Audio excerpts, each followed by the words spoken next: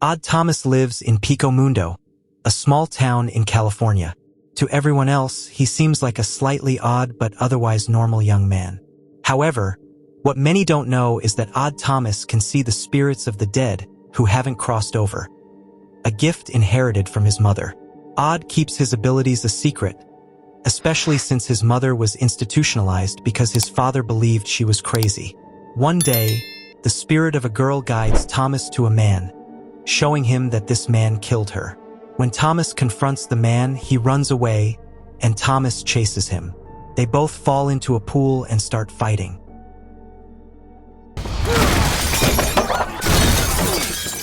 The man tries to go after the boy in the house, but Thomas stops him. Thomas not only sees ghosts but also knows how to fight. Afterward, the police arrest the man, and the girl's spirit thanks Thomas with a kiss since the dead cannot speak. The dead don't talk. I don't know why. And then she peacefully crosses over. Sheriff Porter is one of the few people who knows Thomas's secret and scolds him for catching the man without asking for help first. Later, Thomas feels a strange presence watching him. He has a dream where faceless people appear, screaming for help as someone shoots at them. Save me! Save! It might be a premonition. And so it begins. Welcome to Random Recaps. In this video, I am going to recap the movie. The next day, Thomas heads to work as a cook at a small cafe in Pico Mundo. His girlfriend, Stormy Llewellyn, arrives. As children, a fortune-telling machine predicted they were destined to be together. You are destined to be together forever. Stormy knows Thomas's secret and also scolds him for catching the killer on his own. Thomas then notices some creatures he calls Bodaks entering the cafe. In the past, Thomas met someone else who could see them. That person told Thomas that one of the creatures noticed he could see them, but what the person didn't know was that they could be killed. If they find out you can see them, they will kill you. So he was murdered. Thomas pretends not to see the creature wandering around the cafe. Although the Bodak tries to make Thomas notice it, he doesn't fall for the trap. Thomas says that when a Bodak appears, it means there will be a bloodshed. They don't cause it, but they feed on it. The more Bodaks, the more deaths there will be. This town is in serious trouble. Thomas's friend, Vi, tells him she had a dream where she saw herself dead with another guy. Thomas reassures her that everything will be fine. After that, Thomas goes to look for the man the Bodaks were following at the restaurant. He meets a spirit trying to make him laugh. There is something about a dead man trying to get a laugh that just bugs me. Stormy works as a manager at an ice cream shop in the mall.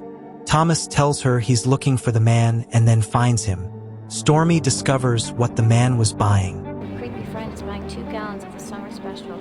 Stormy asks Thomas to forget about the man, but Thomas, seeing too many Bodaks following him, refuses. Strangely, the Bodaks lose interest in the man and disappear. Nonetheless, Thomas follows the man to a house where he left the ice cream and then left. Thomas enters the house to investigate. Suddenly, an icy wind blows through a door. Thomas, unafraid, approaches the door. He reaches into a hole and everything goes black.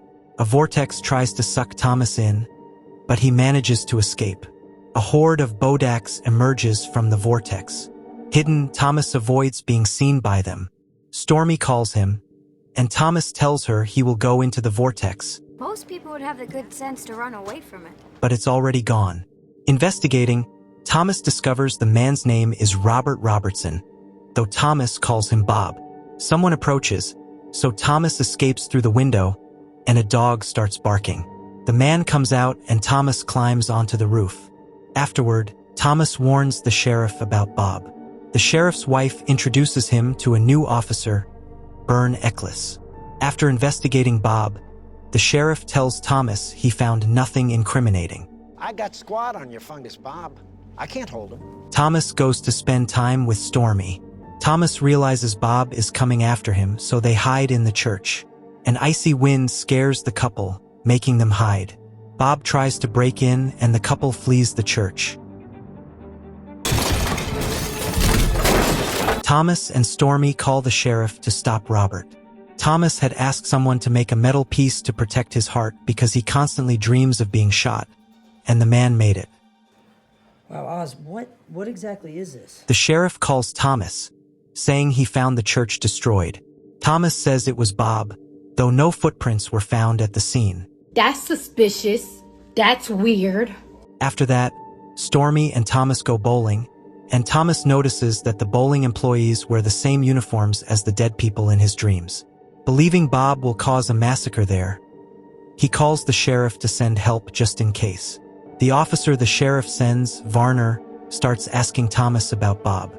Not wanting anyone to know about his abilities, Stormy distracts Varner by asking about his tattoo. Then Thomas and Stormy visit Vi to ask about her dream.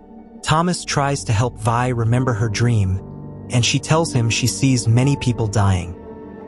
Oh dear Lord, so many dead bodies.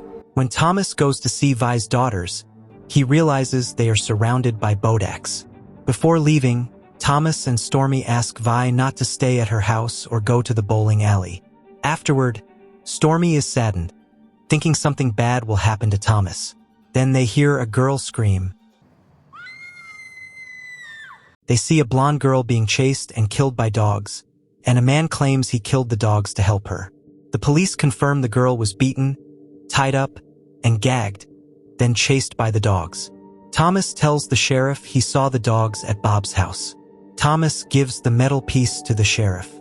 Thomas and Stormy go to her house, where the sheriff arranges surveillance to protect them, and Thomas takes the opportunity to investigate on his own. At his house, he finds Bob dead in the bathtub. Realizing it's a setup to frame him, Thomas decides not to call the police, knowing he would be incriminated. He realizes Bob had been dead for a while and was only an angry spirit. The last time Bob was alive was when Thomas first entered his house. Thomas takes Bob's body to hide it so he won't be blamed. As he drives, Thomas sees the city is full of Bodaks. Someone knocks on the sheriff's door, and when he opens it, he is shot.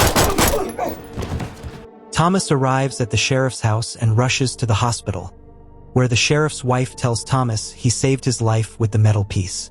It's the day of the massacre, and Thomas tells Stormy to stay home for safety, but she refuses. Thomas goes to Bob's house to find clues about his killer. He hears a strange noise, and Stormy calls to scold him for going there. Thomas finds fingers in the refrigerator and a head in the freezer. Bob's spirit appears. You became a liability to your partner, and he had to kill you. Sorry about that. Bob, furious about being killed, tries to harm Thomas. Bob blows up the house, but Thomas escapes. Frustrated by not knowing who the killer is, Thomas recalls his dream and realizes the bullet in the heart wasn't a premonition about the sheriff but about Bob. He returns to where he hid Bob's body and finds the same tattoo Varner had. Thomas concludes that Varner killed Bob and tried to frame him. He heads to the mall, believing Varner will commit the massacre there. He grabs a bat and looks for Varner in the security offices. He finds the security guards dead but manages to knock Varner out. However, it turns out to be Eccles, the other officer who is allied with Varner and Bob. The blonde girl found photos of the mall in Eccles' possession, revealing he killed her, while Varner killed Bob. Thomas finds it strange that he never saw any Bodaks around the officers, realizing they distracted him. He understands that the Bodaks knew about his gift and manipulated him. When he disarms Eccles, Thomas realizes he was the one who shot the sheriff and would have finished him off in the hospital if Thomas hadn't arrived in time. Thomas searches for Varner in the mall, finding Vi and the bowling employees there. He warns Vi that her dream is about to come true. Ladies, I need you to take Viola and get her out of here, okay? Come on, come on, come on. Thomas sees a horde of Bodaks entering the mall. Someone starts screaming, and people flee in fear. Varner closes the mall doors and starts shooting. Varner shoots toward the ice cream shop where Stormy works. Thomas shoots at Varner while Bodaks try to stop him, but Thomas manages to kill Varner.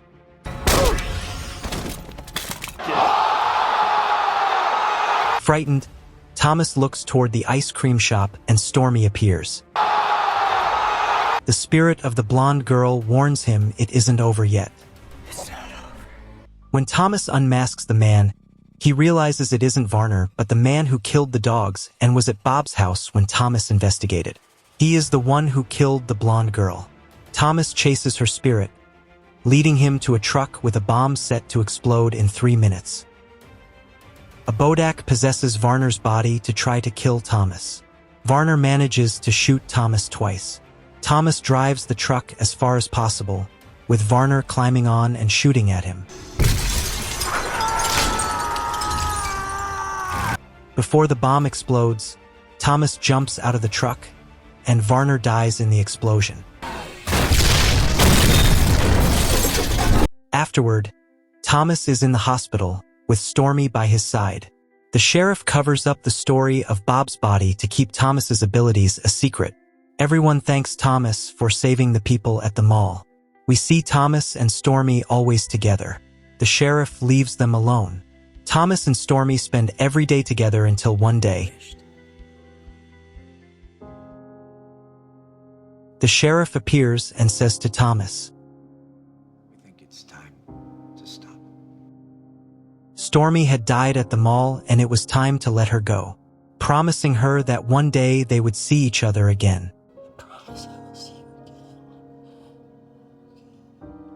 Thomas, with a heavy heart, lets Stormy cross over to the other world. Thomas then leaves Pico Mundo for Las Vegas to continue his crusade. And that's how the movie ends.